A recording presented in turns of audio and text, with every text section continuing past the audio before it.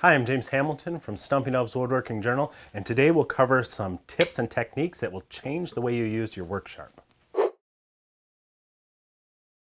At Stumpy Nubs Woodworking Journal, I get to work with all sorts of different tools, and Worksharp is just one of the sharpening systems that we have.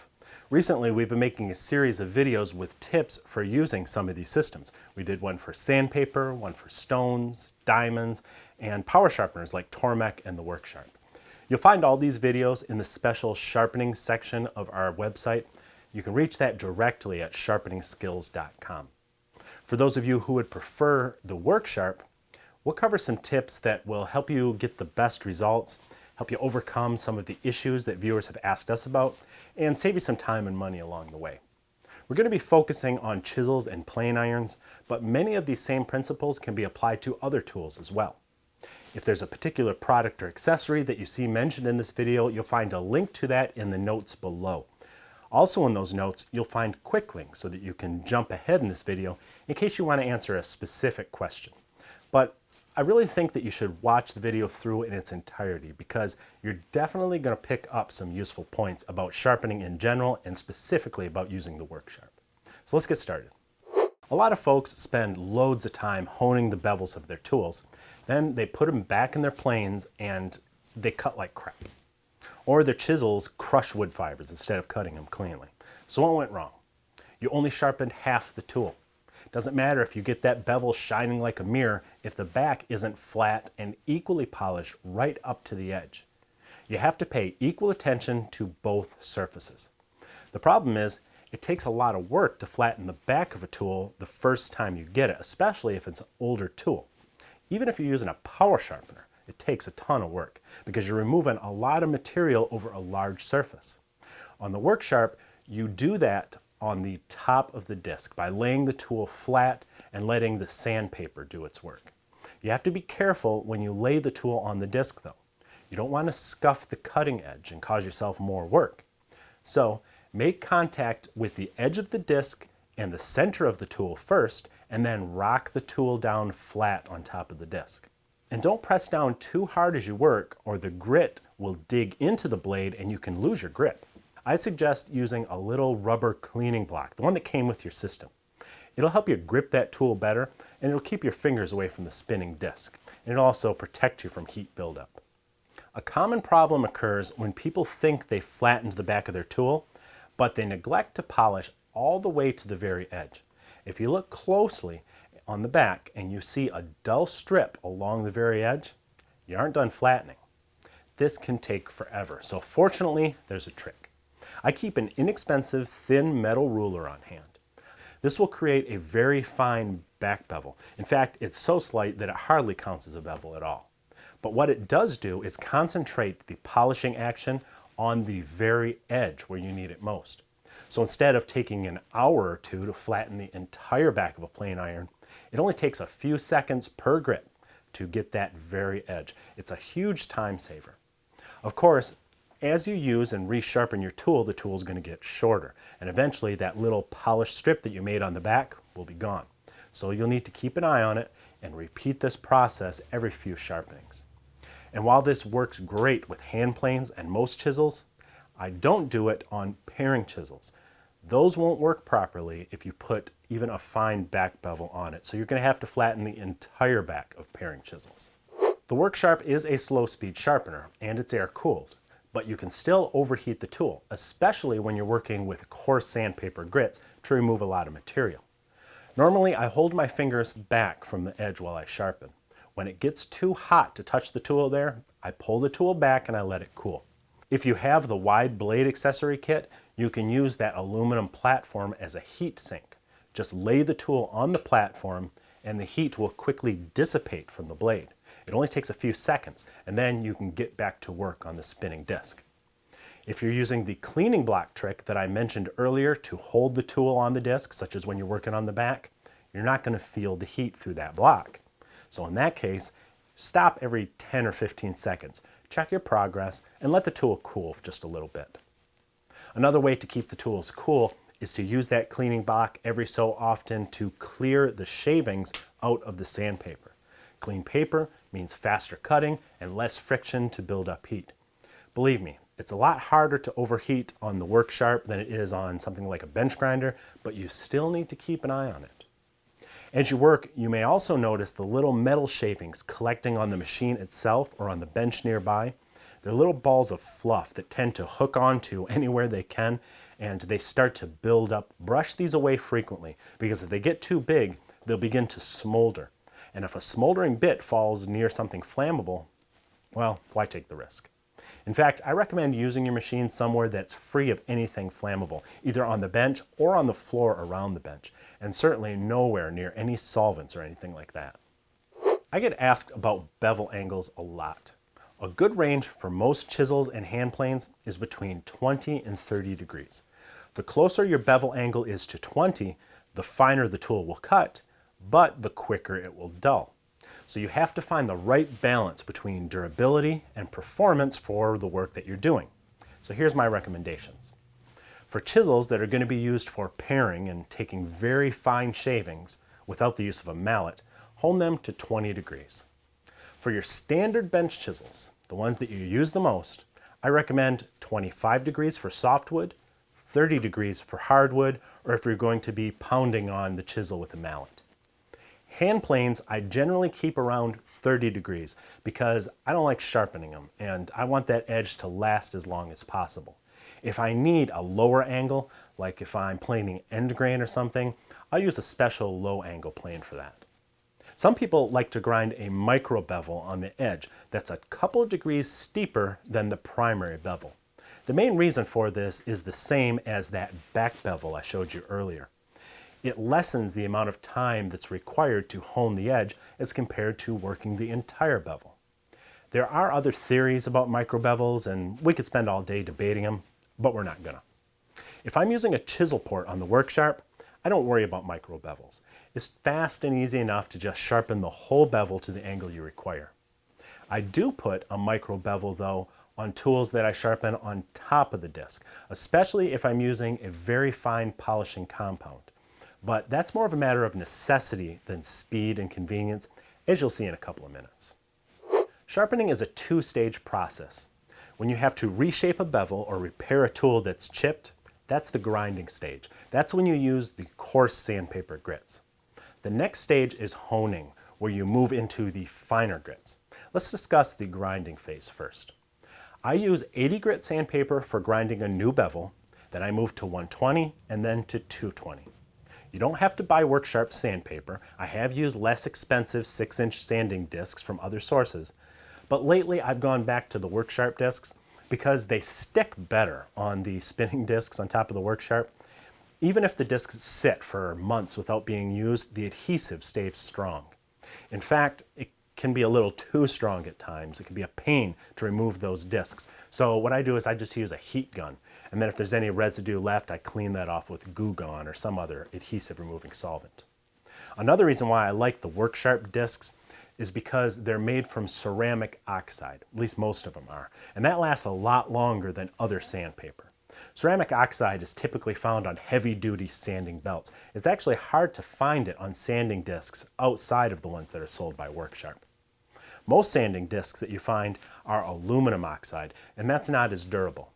If you do want to buy discs somewhere else, maybe find a good deal on them, I recommend that you at least get silicon carbide. Make sure that it says silicon carbide on the package. If it doesn't say it, it's not silicon carbide. I'll put a few links to some alternatives in the notes below this video. I'll also link to a guide that we made quite a while back for Stumpy Nubs Woodworking Journal. We'll explain all the different types of abrasives that you find on sandpaper and what works best for tool sharpening. And it also tells how different grits between sandpaper and stones and polishing compounds and how they all compare to each other. Whatever sandpaper you use, be sure to clean it periodically with that rubber cleaning block that came with your machine. If you lost your little rubber block, you can buy them cheap on the internet. You can get great big blocks to use on power sanders. They work great for any type of sandpaper, whether you're working with metal or wood. Keeping your grit clean will help it to last longer. So, I begin my grinding stage with 80 grit. There are two ways that I can tell if it's time to move on to a finer grit. First, there will be a ragged burr that will form on the back of the tool. You can feel it with your fingers. When you can feel that burr stretching across the entire width of the edge, you know it's time to switch to a new grit. By the way, if you're grinding on the top of the disc and your edge is coming out crooked, it's not the jig that's the problem. People always say it's the jig. It's the table itself. Use the set screws on top of the table to adjust it until you're grinding evenly across the bevel of your tool. Otherwise, you're going to get crooked tools. To help make those adjustments, you can use the Sharpie trick. If you're wondering what that is, we'll explain it in further detail when we get to the chisel port later in this video.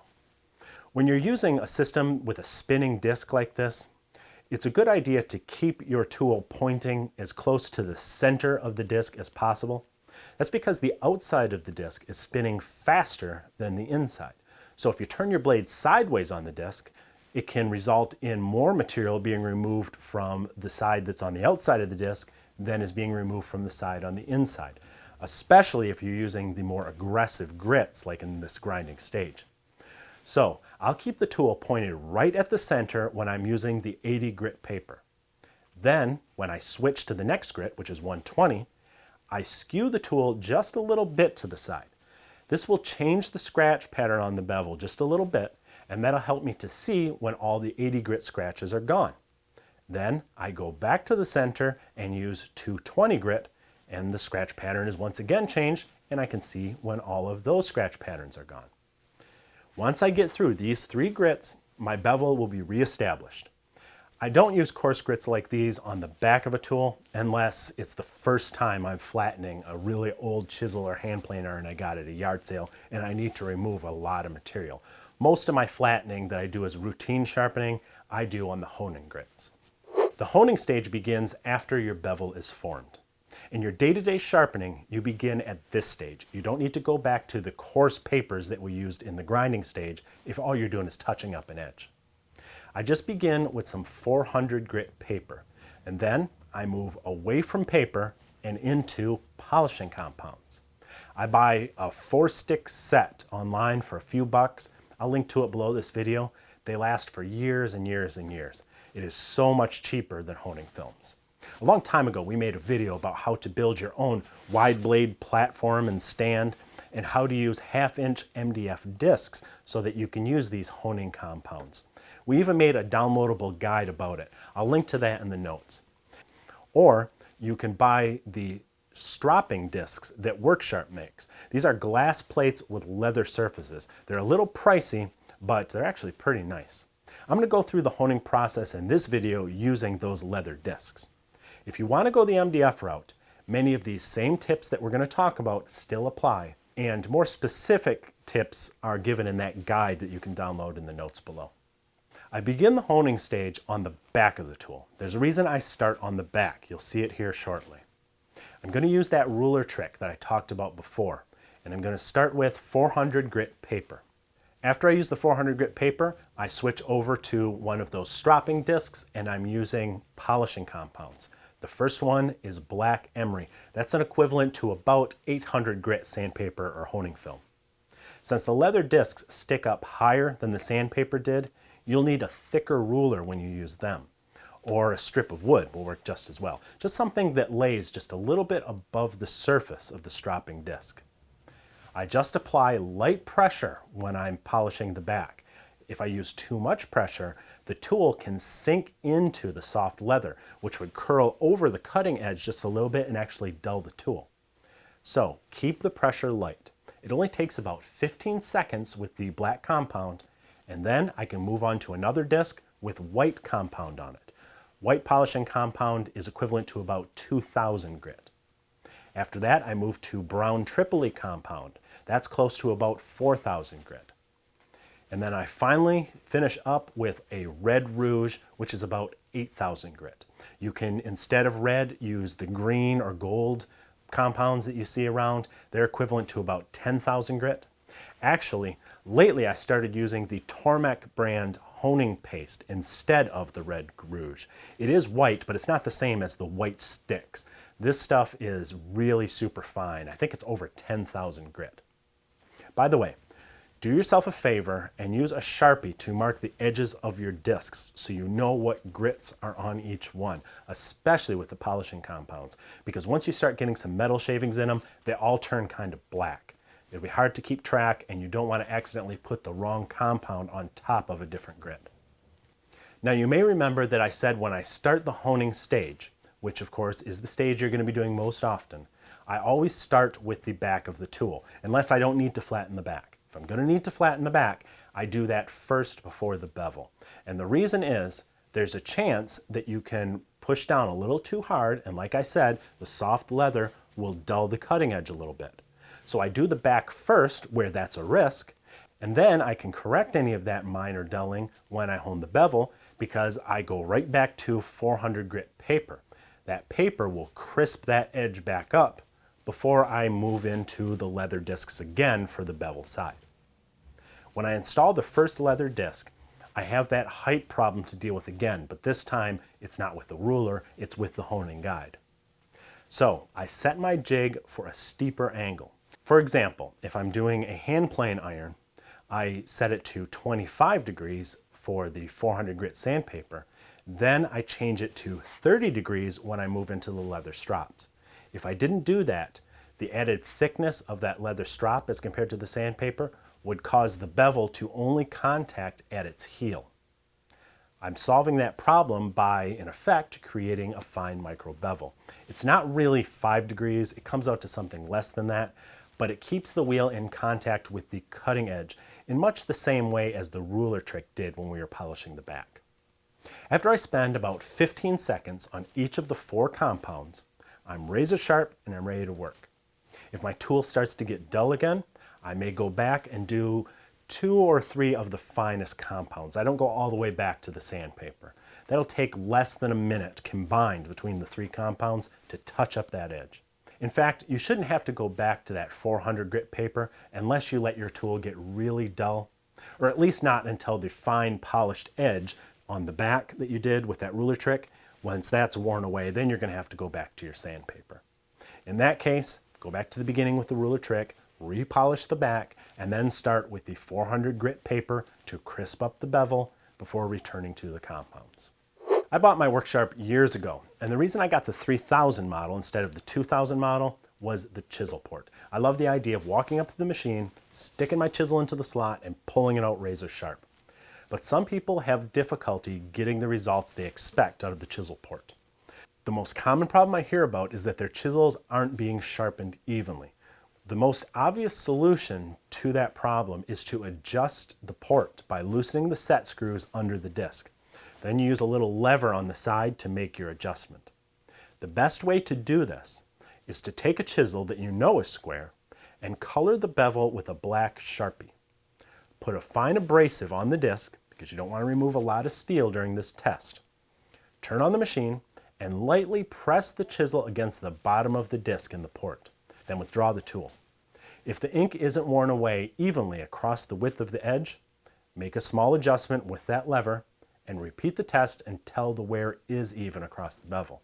Of course, even if your machine is perfectly tuned, you can still get a crooked edge if you jam the chisel into the port with excessive force. Pushing too hard can cause the disc to deflect upward on one side. You may think that the harder you push, the faster the abrasive will cut, but you're just going to create more work for yourself to correct a crooked grind on your edge. You should especially take care when you're using coarser grits, because not only can it deflect the disc, but those coarse grits can dig into the steel of the chisel and it will pull the end of the chisel to the right. There's a little adjustable fence that helps counteract that force, but it may not be enough if you go a little crazy with your grinding. So be patient. Push until you make light contact and let the abrasive do the work. Another complaint I've heard about is the little piece of sandpaper that's on the bottom of the chisel port. That's there to remove the burr on the back of the tool automatically as you plunge your chisel in and out. But people complain that it's too coarse, and I tend to agree. The paper provided is 400 grit, which is much coarser than what you're likely to be using on the actual bevel. Since you want those two surfaces, the bevel and the back, to be equally polished, that can be a problem. But there is an easy solution.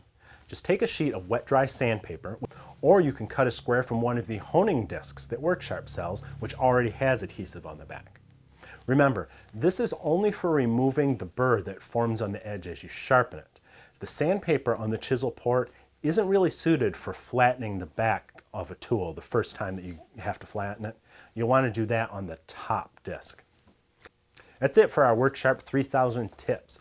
All the tools and accessories and the different downloadable guides and things that I talked about, and the pastes and the compounds and the other sandpapers and all that good stuff is linked to in the notes below this video, so check it out. And head over to our special sharpening section on our website, where you'll find a growing archive of tutorials on other sharpening methods. You can access it directly at sharpeningskills.com. And while you're there, check out the latest issue of Stumpy Nubs Woodworking Journal. It's always full of tips, tricks, and tutorials designed to make you a better woodworker. You can read and subscribe for free at stumpynubs.com. Happy honing!